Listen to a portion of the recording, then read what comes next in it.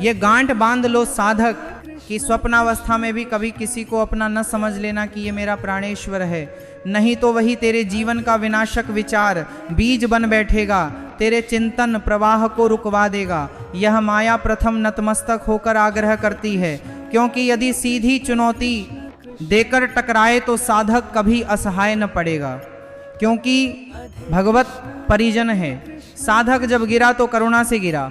इन वाक्यों को गहनता से ग्रहण करो। यह सत्संग है भगवत लाभ के लिए, चाहे गृहस्थ साधक हो या सन्यासी साधक।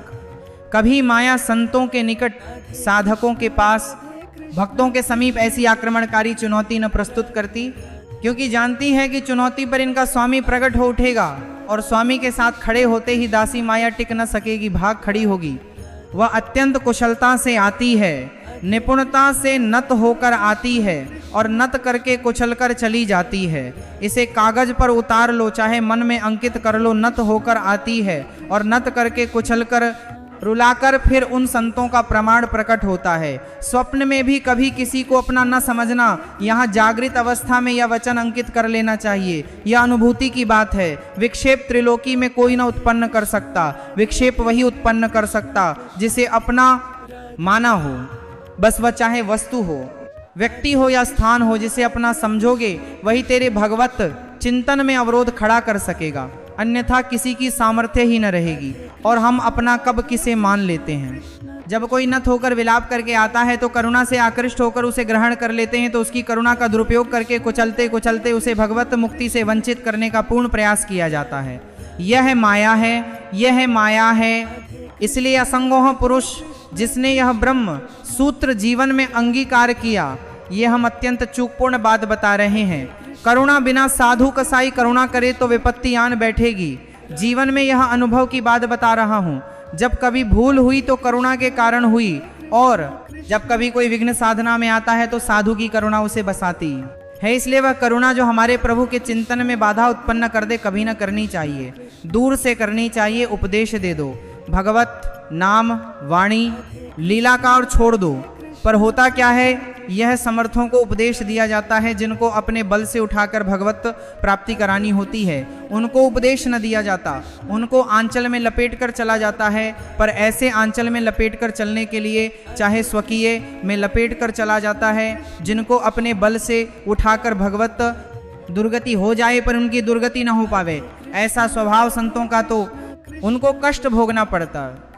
यद्यपि उनकी महानता है पर उनको कष्ट भोगना पड़ता है। यह संसार उनको विलाप कराता है, यह संसार उनको पीड़ित करता है, यह संसार उनको घायल करता है, संसार उनके शरीर को नष्ट कर देता है। कितने प्रमाण हैं, अगर साधक निर्विघ्न को दाता है पर उनको कष्ट भोगना पड़ता है। यह संसार उनके शरीर को नष्ट कर देता है।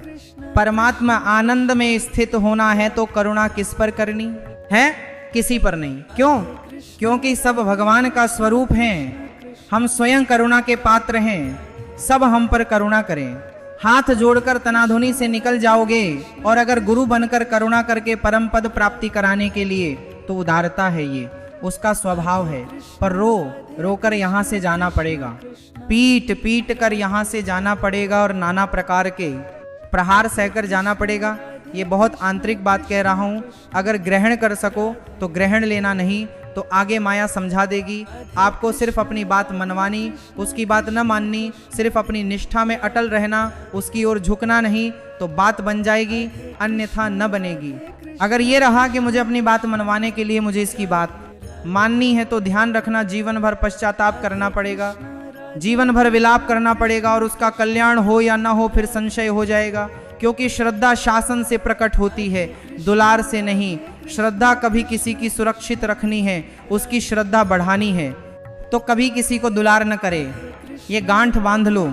आप इस भाषा को न समझ पाओगे, लेकिन इसे अंगीकार कर लोगे तो माया पर विजय पा जाओगे। संतों के अनुभव सुने जाते हैं, वो किसी राग द्वेष से युक्त नहीं होते, वो परमात्मा साक्षात्कार कराने वाले होते हैं। कभी भी साधक को, संत को, उपदेशक को करुणा से द्रवित होकर अपने सिद्धांत का त्याग करके उसको सुधारने के लिए कभी न झुके। अगर अपने सिद्धांत से उसका उद्धार होता है तो ठीक है, अपने सिद्धांत को त्याग दिया तो जीवन भर पश्चाताप रहेगा और सामने वाले का उद्धार नहीं हो सकता। यह अत्यंत सूक्ष्मता से रात्रि भर भगवत चिंतन करके उसका अनुभव की उपासक की यह मासकर के साथ साधा देखिए सका भार में तो के लेकी मात साधा तो के दोहा भूल हो जाती है। अपने लोग किसी भी बात को, किसी भी घटना को घुसकर हो गुणाक्षर न्याय जैसे गुण गेहूं को ऊपर से सुरक्षित रखता है और एक स्थान से छेद करके अंदर घुसता है और समस्त माल लूट लेता है, केवल शून्य रह जाता है। ऐसे उसे गुणाक्षर न्याय कहते हैं। किसी भी घटना, किसी भी वाक्य पर घुस जाना और उसके रहस्य को उघाड़कर ज्यों का त्यों ऐसा अनुभव करना, ये उपासक बड़े बड़े संतों से भूल हो जाती है और इसी भूल का नाम साधुता है। इसी भूल का नाम साधुता है कि वो अपनी गति दुर्गति का ध्यान न रखकर पामर जीवों बिंदा रह कर रहस्य के तार है कर बार कर माथा तर जीवों में करता है बिंदा रह कर तार है कर जीवो बिंदा रहा तार है कि ये को परम पद प्रदान करने के लिए नीचे उतर जाते हैं। आओ हमारे सर पर पैर रखो और भगवत प्राप्ति करो। हम जैसे हैं वैसे प्रियतम के हैं, हमारे प्रियतम में अपार सामर्थ्य है। साधक जब तक भगवत साक्षात्कार न कर ले तब तक तटस्थ भूमिका रखकर कभी किसी को अपना न समझ ले, नहीं तो भगवत साक्षात्कार में बाधा पड़ जाएगी। तुम जैसे हो वैसे भगवत साक्षात्कार कर सकते हो। हमारी बात ध्यान रखना। काम है, क्रोध है, लोभ है, चिंता मत करो।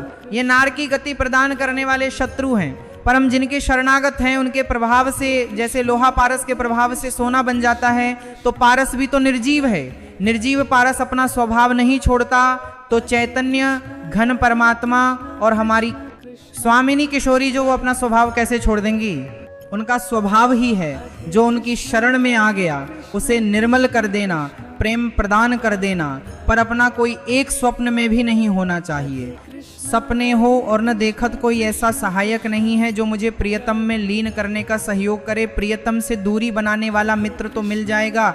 जब तुम भगवत मार्ग में चलोगे तो रुद्रमात्र बंधु पुत्रादि तुम्हारे माता पिता तुम्हारे विरुद्ध हो। जब तुम भगवत मार्ग राम मरे बहात्र बंधु पुत्रादि जाएंगे, भगवत मार्ग में चलोगे तो कोई विरला ही होता है जो अनुकूल हो जाए। बहुत कठोर हृदय भगवत मार्ग में चाहिए। ममता से लड़ने के लिए कठोर हृदय चाहिए, समता में स्थित होने के लिए सहृदय चाहिए।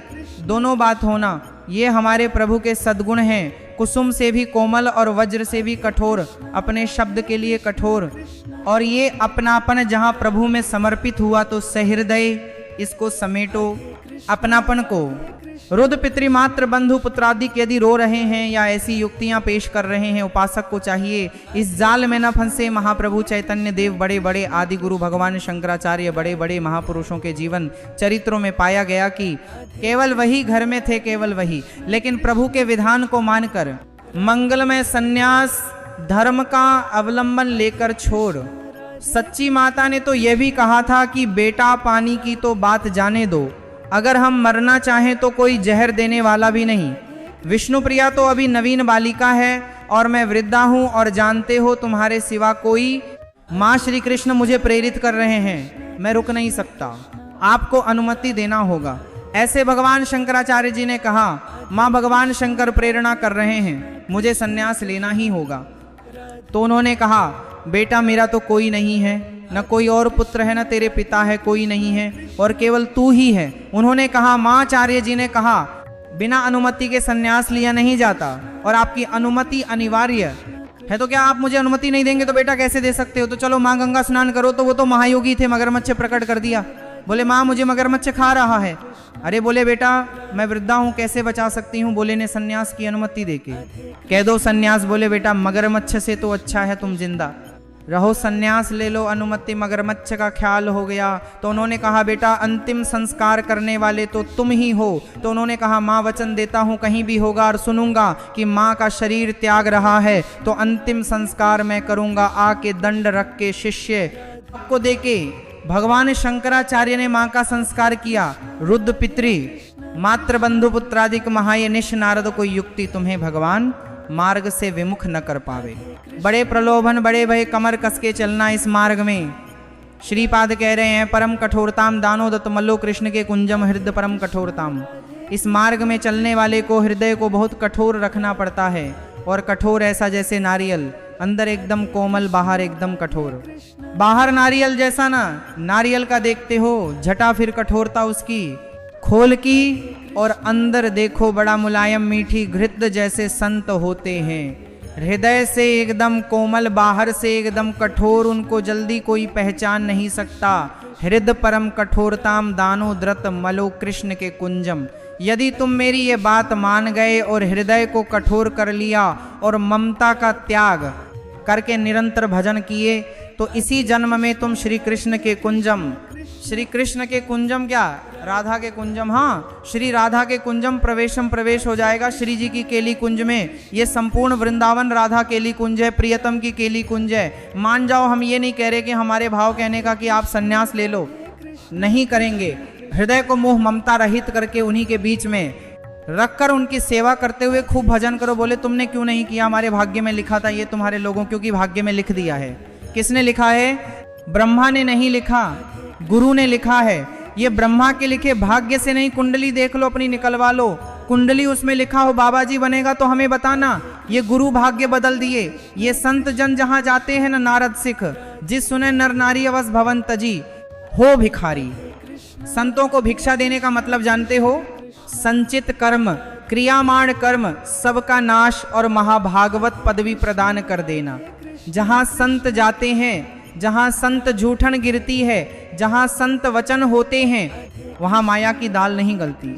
वहां परमात्मा प्राप्ति के लिए उस जूठन से एक न एक पौधा तैयार होता ही रहता है। जहां संतों का चरणामृत गिरा और संतों की जूठन गिरी, वहां एक नया बीज प्रकट होता है। कौन? सो कुल धन्य उमास जगत पूज्य सुपनीत श्री रघुवीर परायण जे जन उपज विनीत नाम प्रसंग कहे तो उपदेश जाया धर्म धन्य सुदेश देश धन्य सुल जे जन्म भयो धन्य सुतात धन्य सो माय संतत सकल सुनो चित लाए श्री हरिवंश प्रताप ये जाना है श्री जी मिल गई तो अनंत जन्मों की बिगड़ी बन गई जिसे भगवत प्राप्ति होनी होती है। उसके लक्षण क्या होते हैं? श्री भगवान सिद्ध पुरुष के लक्षण और भगवत प्राप्ति जिसको होनी होती है उसके वो आदर्श लक्षण होते हैं। भगवान श्री कृष्ण चंद्र जो गीता जी में कह रहे हैं कि हे अर्जुन यदि चाला संतुष्टो, ये बहुत सुंदर श्लोक है, जीवन में उतारिएगा। यदि संतुष्टो द्वंद्वातीतो विमत्सरो समः सिद्ध सिद्ध कृते, यदा संतुष्ट है उपासक सिद्ध महापुरुष के लक्षण हैं और उपासक को ये धारण करना चाहिए जिसे भगवत प्राप्ति करनी है। यदच्छा लाभ संतुष्टो, हम जो साधना कर रहे हैं चाहे गृहस्थ धर्म से युक्त होकर चाहे विरक्त धर्म से युक्त होकर, यदच्छा लाभ संतुष्टो, अब भगवान की इच्छा से सुख दुखे समय कृत्वा लाभा लाभ जया जय हो या पराजय लाभ हो या हानि सुख हो या दुख संतुष्टाय केनवा मुझे संतुष्ट दुखे समय कृत्वा लाभा लाभ जय हो या पराजय लाभ हो या हानि सुख हो। रहना है, प्रसन्न रहना है सुख और दुख में, लाभ और हानि में और जय और पराजय में। यह हमारी साधना की कसौटी है। साधना में पराजित हो गया और शांत है, यही तो साधुता है। यच्छा लाभ संतुष्टो, हम फल प्राप्ति का उद्देश्य रख के अगर साधना करेंगे तो हम विक्षेप को प्राप्त हो जाएंगे। ध्यान देना, हमको समता पर ध्यान देना है, यह है साधना का फल। और इस पर ध्यान प्रयास, समता का क्या मतलब? हार और जीत में समान लाभ और हानि में समान सुख और दुख में समान, ये भगवान के वचन हैं। सुख दुखे समय कृत्वा लाभा लाभ जया, चित्त विक्षेप में है या आनंद में समान, परिस्थिति बिगड़ी हुई है या सही समान, कोई साथ दे रहा है या नहीं, समान। साधना का फल मिल रहा है या नहीं, समान। अरे 20 साल हो गए, अभी वही काम, क्रोध लोभ समान, वृत्ति विक्षेप नहीं, शांत यच्छा लाभ संतुष्टो। द्वंद्वातीतो विमत्सर, बहुत अमृत में हम साधना कर रहे हैं। अनुकूलता मिले या प्रतिकूलता, लाभ मिले या हानि, मान मिले या अपमान स्थिति मिले या निंदा विकार है या निर्विकार, पर हमारी स्थिति में फर्क नहीं पड़ेगा, हमारी निष्ठा पर फर्क नहीं पड़ेगा, हमारी श्रद्धा पर फर्क नहीं पड़ेगा। लाभ संतुष्ट है, पकड़ो पकड़ो इस बात को। अभी आनंदित रहोगे, हमें मतलब नहीं, अपने हृदय से क्यों नहीं मतलब है, हमने दे दिया ना प्रभु को, बोले हमारा मन शांत नहीं, तो तुमने दिया, क्या झूठे दानी हो। शरणागति तो यही से होती है, तन मनोरमल सोहम तसिता, शरीर मन वाणी कर्म प्राण सब कुछ प्रभु को समर्पित मैं सहित। अब हमारा क्या, ये तो हरि का है, प्रियतम का है।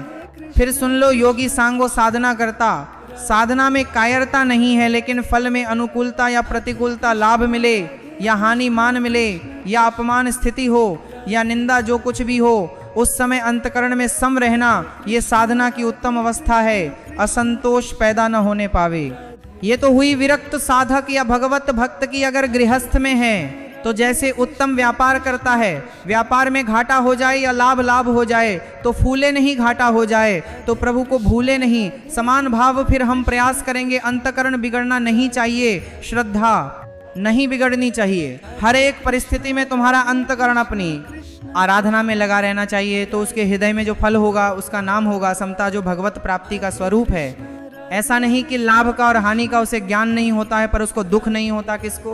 जो भगवत आश्रित भजन करने वाला होता है। लाभ होने पर अभिमान नहीं होगा, हानि होने पर दुख नहीं होगी, जय होने पर फूलेगा नहीं, पराजय होने पर निराश नहीं होगा।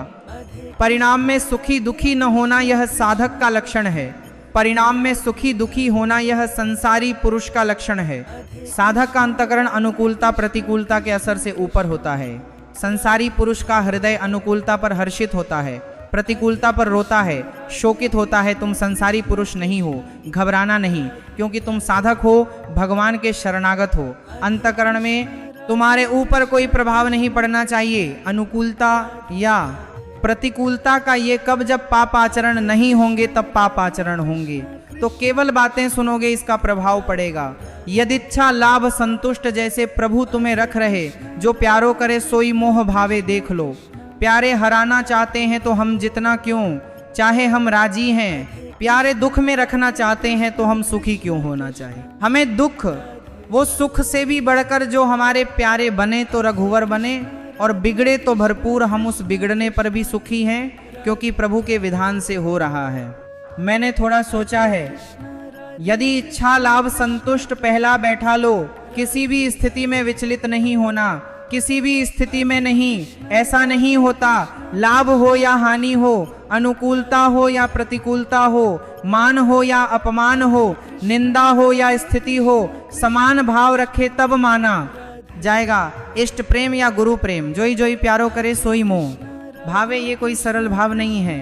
प्यारे ने कैंसर दे दिया, भावे गाओ जोई जोई प्यारो करे सोई मोह भावे। अनुकूलता में तो सब गाते, जो जो प्यारो करे सोई, प्रतिकूलता में गाओ जो जो प्यारो करे सोई मोह। आगे कह रहे, द्वंद्वातीतो विमत्सर, जो भगवान का भक्त होता है उस प्रतिकूलता में गाओ, पर किसी भी द्वंद्व का प्रभाव नहीं पड़ता सिद्ध महापुरुष पर। पूज्यपाद श्री उड़िया बाबा जी महाराज प्रभुदत्त ब्रह्मचारी जी ने बहुत बड़ा संत संगोष्ठी रखी थी, जिसमें हरि बाबा और उड़िया बाबा भी पधारे थे। तो उस समय एक सन्यासी महान भारत में यश प्राप्त किए हुए थे। उनके गुरुजन सिद्ध महापुरुषों की स्वाभाविक यश, स्वाभाविक यश महामच प्रदत्त ब्रह्मचारी जी ने बहुत बड़ा संत संगोष्ठी रखी थी, जिसमें हरि बाबा भी पधारे थे। कीर्ति होती रहती है। तो सिद्ध भगवत तत्व के ज्ञान होना और भगवत तत्व का बोध होना, इसमें अंतर होता है। तो भगवत तत्व के ज्ञानी थे वो, पर भगवत तत्व बोध संपन्न महापुरुष तो उड़िया बाबा थे। उन्होंने बस समस्या इतनी थी कि हरि बाबा जब गड्ढा बजाते थे तो सबसे पहले ओम नाद करवाते, तो इसका विरोध हुआ कि ये केवल अमुख ही बोल सकते हैं, हर वर्ण के नहीं बोल सकते हैं। उड़िया बाबा से कहा गया कि आप वहां बैठे हैं, आप इसका विरोध क्यों नहीं करते। उड़िया बाबा ने कहा, हरि स्वयं हरि है, हरि बाबा स्वयं हरि है, वो जो कुछ करते हैं सब परम धर्म है, हम उनका विरोध नहीं कर सकते। इसी बात को लेकर के बाबा की बहुत निंदा की भरी सभा में बाबा बैठे थे। पद्मासन लगाए बाबा के बड़े बड़े व्याकरणाचार्य बड़े बाबा, बाबा की बहुत निंदा की भरी सभा में बाबा बैठे थे। पद्मासन लगाए बाबा के बड़े बड़े व्याकरणाचार्य बड़े बड़े बाबा, यहाँ पर फटती है बाबा के बड़े ब्रह्म बोध संपन्न महापुरुष संघ में रहते थे। उड़िया बाबा कि वो खड़े हो गए बड़े ज्ञानी जन और कहा कि बाबा, उसकी तरफ देख के बाबा सबको बैठा और बैठे रहे आधा घंटे खूब। वो माइक मिल गया था तो खूब हरफ मौला श्लोक और बार बार उड़िया बाबा का नाम ले लेकर उड़िया बाबा की निंदा, और कोई निंदा के चांस नहीं थे। इसी व्यवहार को सन्यासी होकर के ऐसा विरोध नहीं करते। ऐसा बाबा जब संपन्न हो गई निंदा तो उठे अपनी कुटिया में आ गए। तब शिष्य जन जो और मित्र जन जितने थे, बाबा आपने रोक क्यों दिया, उनके तो हम मुख बंद कर देते। ऐसी बोले, यही सत्संग सुना तुमने, यही आज तक हमारे संग का फल रहा कि तुम उनका मुख बंद कर देखो। वो जो निंदा कर रहे हैं सही कर रहे हैं, शरीर धर्म को लेकर के अगर निंदा कर रहे हैं तो बहुत सही बोल रहे हैं, और आत्मस्वरूप को लेकर कह रहे हैं तो जो वो आत्मा है वही आत्मा है, अभेद है, वो अपने आप की अपनी निंदा कर रहे हैं। तो हमें क्या परेशानी है, क्योंकि आत्म तत्व तो एक है और शरीर की निंदा तो शास्त्र करते हैं, हम करते हैं, वो भी कर रहे हैं। क्या परेशानी है, कोई समस्या, कोई शोक नहीं। निंदा का द्वंद्वातीत तो ये तो सिद्ध पुरुष के लक्षण होते, साधक को ऐसा ही होना चाहिए। अगर हमारी कोई निंदा करता है तो हमको बिल्कुल ऐसे रहना है, जैसे कोई हमारी प्रशंसा करे तो हम कैसे रहते हैं, प्रशंसा में हम तटस्थ रहते हैं, हृदय में हर्ष नहीं होने देते, तो निंदा में हमें तटस्थ रहना है, हृदय में शोक नहीं होने देना।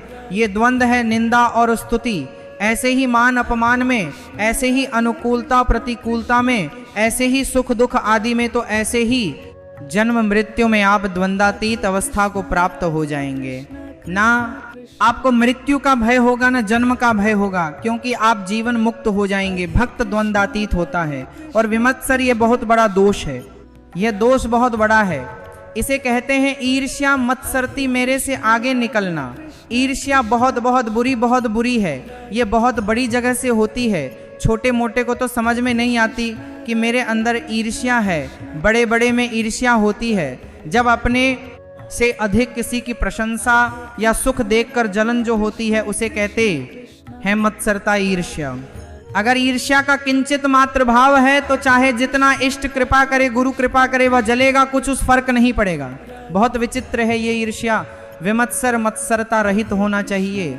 साधक को सिद्ध पुरुष में ईर्ष्या नहीं होती। ईर्ष्या इतना दोष सूक्ष्म है। कंचन तजना सहज है, सहज तिया का ने मान बढ़ाई, ईर्ष्या दुर्लभ। तजना दुर्लभ है जो कंचन कामिनी पर विजय प्राप्त किए हुए है, वो भी ईर्ष्या पर। बहुत विचित्र है, बहुत विचित्र। किसी की भी बड़ाई सुनकर उनकी निंदा करना शुरू कर देना, ये ईर्ष्या करवाती है। हाँ सब ठीक है भैया, ऐसे से ऐसे निंदा कर देना, हृदय में उनके प्रति जलन होना। थोड़ी भी ईर्ष्या यदि हृदय में है तो भगवत प्राप्ति या भगवत प्रेम नहीं होने देगी। इसको मिटा दो। जिसके प्रति ईर्ष्या, उसके चरण वंदना करो, उसको हाथ जोड़ो, उसको और प्यार करो, जिससे ईर्ष्या तुम्हारे हृदय में उसके प्रति न होने पावे। ये अपनी कोशिश से होगा, दूसरे की कृपा से नहीं। आप ये मत समझिए, इसमें ये ईर्ष्या सबसे बड़ा सूक्ष्म दोष है, और ये बड़े बड़े साधकों और संतों में भी जागृत हो जाए, यदि सावधान न रहे तो ये बहुत बड़ा दोष। इसीलिए लिखा है कंचन तजना सहज है, सहज तिया का ने मान बड़ा, ईर्ष्या दुर्लभ तजना है। ईर्ष्या से बहुत बड़ी हानि हो जाती है, बहुत बड़ा अपराध बन जाता है। इसमें निंदा आदि दोष बहुत गलती हो जाती है, बहुत आदि दोष बहुत गलती हो जाती है, बहुत बड़ा अपराध बन जाता है। ली सावधान न रहे तो ये बहुत बड़ा दोष, बड़ी गलती हो। इष्ट छूट जाएंगे, गुरु छूट जाएंगे, ईर्ष्या नहीं छूटेगी। मतलब बहुत ही सूक्ष्म विषय ईर्ष्या मत्सर मेरे से आगे निकला जा रहा है। ये ईर्ष्या बहुत मत्सर विमत्स भक्त विमत्सर होता है। चाहे जितना आपस में प्रेम हो, ईर्ष्या जागृत हो जाए तो एकता मित्रता भाव श्रद्धा सब नष्ट कर देगी। चाहे जितना प्रेम ईर्ष्या जागृत हो जाए तो बहुत दूरी बना देती है। ईर्ष्या वैर और भिन्नता ये पैदा करना, इसका काम भिन्नता दूरी बना देना और दुश्मनी पैदा कर देना, यह ईर्ष्या का काम है। साधक इस दोष से बचे, बड़ा भयानक दोष है। ईर्ष्या ये बहुत जल्दी हो जाता है, छोटों में तो कम होता है, बड़ों में ज्यादा होता है। छोटों में छोटे स्तर से होता है, एक दो व्यक्ति ईर्ष्या, बड़ों में बहुत जोर की होती है। सुना है हमने, शब्द सुने तो उससे लगा ईर्ष्या बहुत जोर की होती है। किसी की भी बढ़ाई हो फौरन निंदा, ये हमने सुना है, फौरन निंदा शुरू। हाँ ये तो ठीक है, पर लगा के उड़ गए, निंदा शुरू कर दी। ईर्ष्या बहुत विचित्र है, अपने में गुण अभिमान और दूसरे में दोष करता है। अपने में गुण अभिमान दिखर छिद्र लगा के और जुड़ दी है। ये हमने शब्द सुने तो उससे लगा ईर्ष्या बहुत विचित्र है। दर्शन ये ईर्ष्या करा देती है और सारी तपस्या भजन सब खो देता है। ईर्ष्यालु कुछ नहीं रह जाता, ईर्ष्यालु के हृदय में। इसीलिए भगवान कह रहे हैं विमत्सर सिद्ध पुरुष में तो होती नहीं है, और साधक में इसे मिटानी होती, स्वयं से मिटेगी। ये बात ध्यान रखना, लाख उपाय करके देख लिया नहीं गई। स्वयं से मिट रही हैं। स्वयं जब तक नहीं मिटाना चाहोगे, ईर्ष्या नहीं मिटेगी। ईर्ष्या जिधर झुक जाए उधर द्वेष पैदा कर दे, लड़ाई झगड़ा पैदा कर दे और नाश शुरू कर देती है। ईर्ष्या बहुत बहुत विचित्र, बहुत गुरु की बढ़ोतरी देखकर शिष्य को ईर्ष्या हो सकती है। ईर्ष्या शिष्य को हो सकती है, सूली पर चढ़वा दिया, जहर खवा दिया, मारने का संयोग बना दिया। बहुत से ऐसे उदाहरण पाए गए ईर्ष्या। भला सदगुरु परब्रह्म है, उनकी महिमा को देखकर ईर्ष्या कैसे हो सकती है? हो जाती है। जब अपने